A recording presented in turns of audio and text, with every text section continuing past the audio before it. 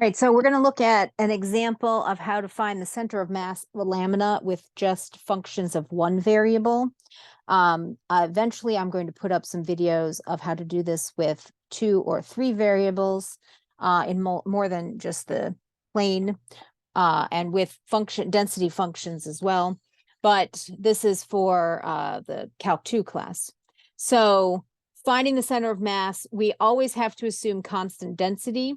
Now, the thing about the constant density, typically we just call it rho, and it's or K in some textbooks, but it's always going to cancel out in the end. So I'm not actually even going to use it in the example because it literally always just cancels. Now, in the higher dimensions, when we can go to, Calc 3, multivariable calculus, then we're going to have the option of having density functions that are not constant. But in the one variable case, we really can only do the constant density case. And so the density doesn't actually affect where the center is. Only the shape of the region is going to affect the center. Now, this region, it's a cubic function bounded by an x squared function. This is going to basically look like like a sort of oddly shaped teardrop. And the intersections are going to be at 0 and 1. And so we don't have to do a lot of algebra in order to find those intersections, but we want to identify sort of where within that region that center of mass is. And it's really just going to be kind of like the geometric center of that region. Now, sometimes you can get regions, like if I had done x squared and the square root of x, that were symmetric in x and y, but I chose this so that in fact x and y don't equal each other, because that is that's sort of the exception, not the rule. All right, now the center of mass problems are not terribly difficult. They are just long and tedious. And it's the hardest thing is actually remembering the formula that you have to use. Now, the notation here, I think, is a little confusing, but if you think about what it means, it makes a little bit more sense. I wish it was a little more transparent and obvious, but still, we have an equation for the mass. The total mass is basically just the density, the constant density, times the area of the region. And again, if I assume that the constant density is 1, which I can do because it always cancels, my region is simply, my mass is simply going to be the area of the region. So in this portion of the graph, the x squared is going to be above, or the square root of x is going to be above the x cubed. So my region is going to look like this. And if I just go ahead and integrate that, that will give me the total mass of the region. So let's see, this is going to be x to the 1/2. If I raise that by 1, I get x to the 3/2, and then I multiply by 2/3 out front, and then minus 1/4 x to the 4th, and then I evaluate all of that between 0 and 1, and I end up with 2/3 minus 1/4, which is equal to 5/12. Okay, so that's the mass. Now we're going to use the mass and 2 functions called the moments of mass. One is the moment of mass from the x-axis, and one is the moment of mass from the y-axis. Now, the notation is a little confusing because we're talking about m sub y as the moment of mass from the y-axis. But if you think about essentially the distance or the moment from the y-axis, you're actually moving perpendicular to the y-axis, which is in the x direction. And so this integral is going to be exactly the same integral integrated over the same region, except we're going to multiply by x because we're measuring essentially how the mass is distributed in the x direction.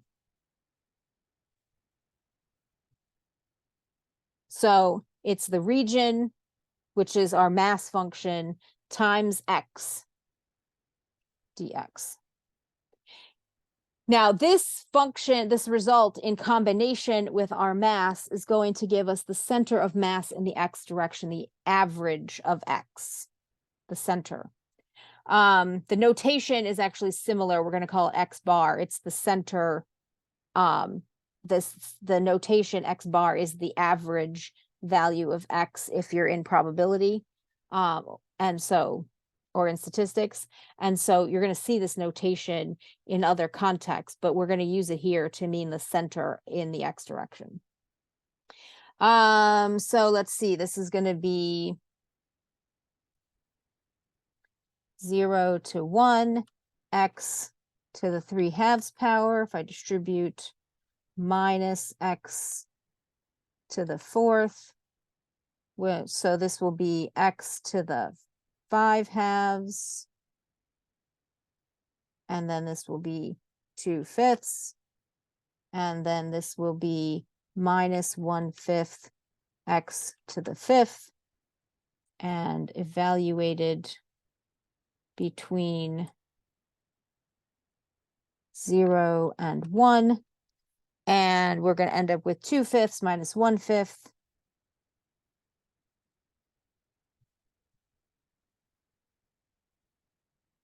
which is going to be 1/5. Now, the way that this moment of mass from the y-axis is going to work is that, as I was saying earlier, x bar, which is our average for x, the center of x, is m sub y, because the moment from the y-axis is in the x direction, divided by m, which is the total mass. So we're going to have 1/5 divided by 5/12. And if we multiply by the reciprocal, 1/5 times 12/5, we're going to get 12/25, which is not quite in the physical center of x. This is just a little bit less than 1/2, because 12.5/25 would be exactly 1/2. And when we're done, we'll actually go look at the graph and we'll be able to see, like, why is that a little bit closer to the origin than and not exactly perfectly in the center, because it's not perfectly symmetrical. Now, to get the other coordinate, we have to calculate the moment from the x-axis. And so again, think about the distance from the x-axis is in the y direction. So we call it m sub x, but we're going to use it to calculate the y. Now, if you're in multivariable calculus, the formula for this is very easy and it's totally transparent, and it looks basically exactly like what you would do in the y case, my, but we're in the one variable case, and so we're using the results of a two variable problem, but in one dimension. And so it's a little less transparent as to exactly why we get this. But all will be explained if you take multivariable calculus. That should be one. So essentially what ends up happening is we have the functions have to be squared. So it's f of x squared minus g of x. Let's be consistent, g of x squared. And then the 1/2. This actually comes from the fact that we're going to take our two y functions and in the multivariable case multiply by, when we integrate with y, we get 1/2 y squared when we didn't have y before. Again, it makes sense in the multivariable case. It's a little opaque in the one variable case, but we're going to go with it. And so we're going to plug in our functions. The square root squared is just x, and then x cubed squared is x to the 6th.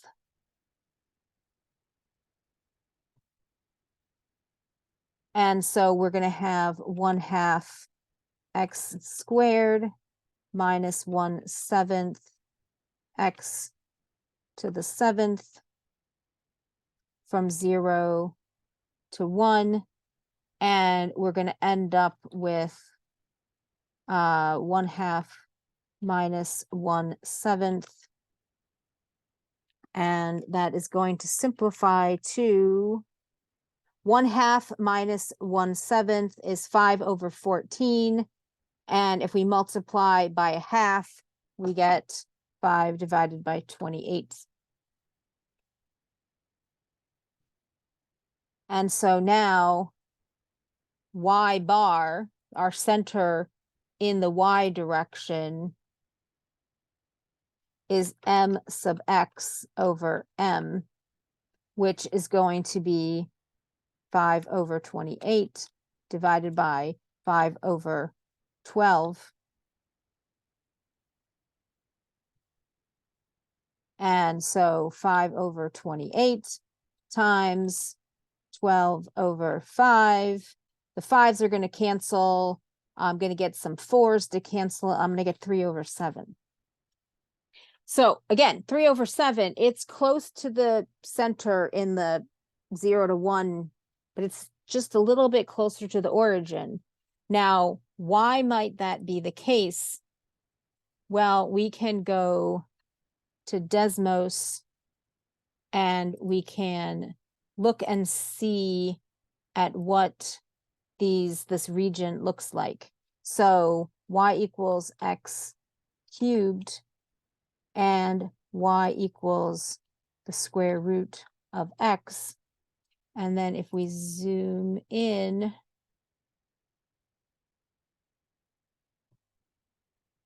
we end up with, we can see that it's actually a little bit fatter, closer to the origin than it is further closer to 1. So if this was perfectly symmetric, we would be exactly at 0.5, 0.5. But you can see that if you think about the fact that this is a little fatter toward the origin, then that's going to draw the center in the x direction a little closer to 0, not by much, but a little bit. And same thing in the y direction. Instead of being up here at 0.5, it's actually going to have to be drawn down a little bit more. And you can kind of eyeball, if you look for maybe where the center of the region is visually, you kind of get it somewhere in here. And that is about where, just a little bit less than 0.5 and a little bit less than 0.4, 0.357 is about where we would eyeball the center of mass to be, and that is about where our calculation is. If you're getting values that are like negative and they're not even in the region, they're outside the bounds of you've made some math error. And so that you should go back and fix that. But if you do your calculations and you kind of think, yeah, like it's going to be somewhere in this general vicinity, then that's a logic check that you can use to make sure that you've done your math correctly. So that's a center of mass calculation in one variable.